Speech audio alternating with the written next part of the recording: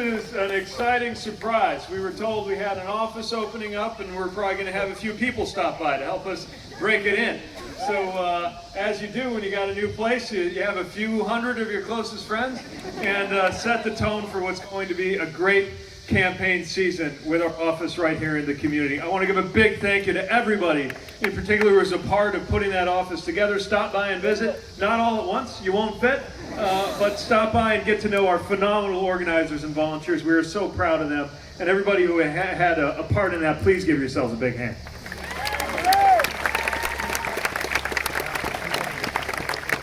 I want to thank Tyler for his support. I want to thank Mayor Throgmorton, who is part of that community of American mayors, that if we could just get the United States Congress to look a little more like the community of American mayors solving problems in cities, this country would be a much better place. Appreciate his being here. As well as so honored that we had former Senator Gene Lloyd Jones stop by. We are proud to have you here. State Senator Zach Wahls stop by. Thank you, Zach, for being here. And thanks to all of you. I'll be brief, but I want to talk about why it is so important for us to be here on the ground right now. We are entering a whole different part of the presidential campaign season. You know, it starts with you're introducing yourself, you're getting on TV, you're getting your name out there. In my case, you're getting people to figure out how to say your name. And now we're in the part where we're actually doing the groundwork that's going to make it possible to win. But there's a lot more to that than what people see on TV. This is about relationships, especially in a place like Iowa. This is about reaching out and finding your neighbors and your classmates and your friends and your coworkers and enlisting them in a project that is nothing less than changing the trajectory of this country right now. That is what is at stake right now. We're not just here to win an election. We are here to win an era for the American people.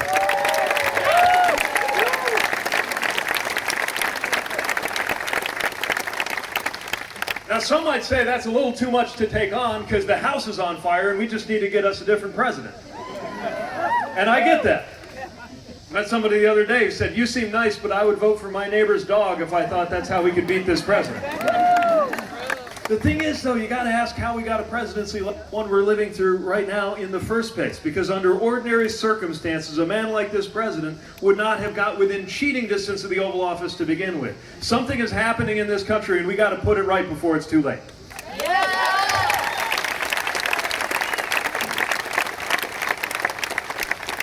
We are here to end the period when it was possible for the economy to grow to where the Dow and the GDP go up and life expectancy goes down. That shouldn't even be possible. And we're going to change how this economy works for Americans.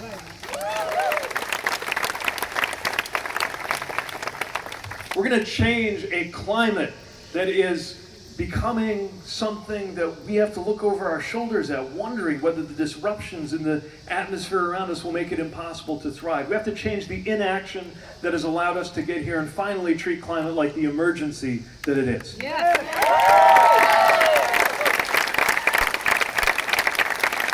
We have to change all of the conditions that allowed our country to get to this place, and well, when we do, we will find our entire politics and our entire lives get better. That is why we are organizing, not just in the name of a party, not just in the name of a candidate, but in the name of the values that make us Americans. And we're going to establish once and for all that values are not a conservative idea. They are American values with progressive implications. And we take it seriously. The presidency I'm asking you to help me build is one that honors freedom in its richest sense, recognizing that there's more to freedom than cutting a regulation on a corporation somewhere. Yeah. That if we're going to deliver freedom in our time, that includes the freedom to organize for better conditions and better pay, especially on this Labor Day.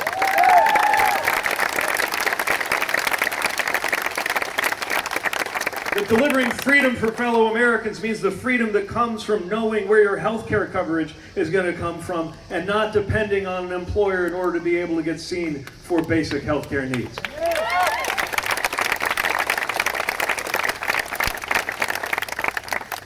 We're going to arrive in the White House with a vision of freedom that recognizes that America is not free if women's reproductive health care choices are being dictated by male politicians in Washington.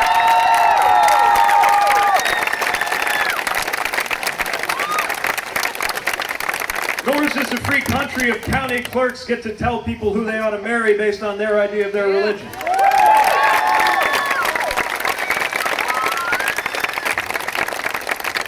Ours is not just a freedom to, it is a freedom from, it is a freedom to live a life of your choosing.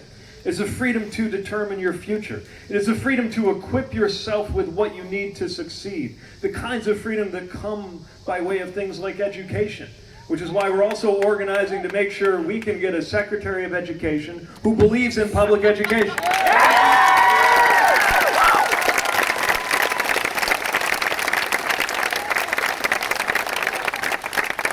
These are our values: freedom, patriotism, but not the kind of patriotism that uses the flag as a weapon against fellow Americans. Patriotism that recognizes that when we speak up, especially when we speak up against leaders doing the wrong thing, that is one of the best ways we can honor our country, and one of the best ways we can stand up for the republic for which it stands. That's what it means to rally around the flag.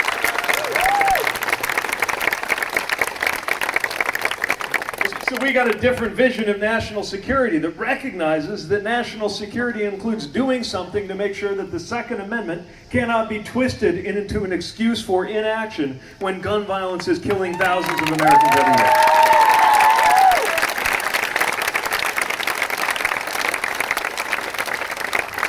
Means recognizing the 21st century security threats like cybersecurity and election security and white nationalist violence that will not respond to a 17th century security technology like putting up a wall on the southern border. It's going to take something different. And yes, it requires a vision of national security that recognizes that climate disruption is a global security threat and puts that at the heart of our domestic and international strategies. That's national security.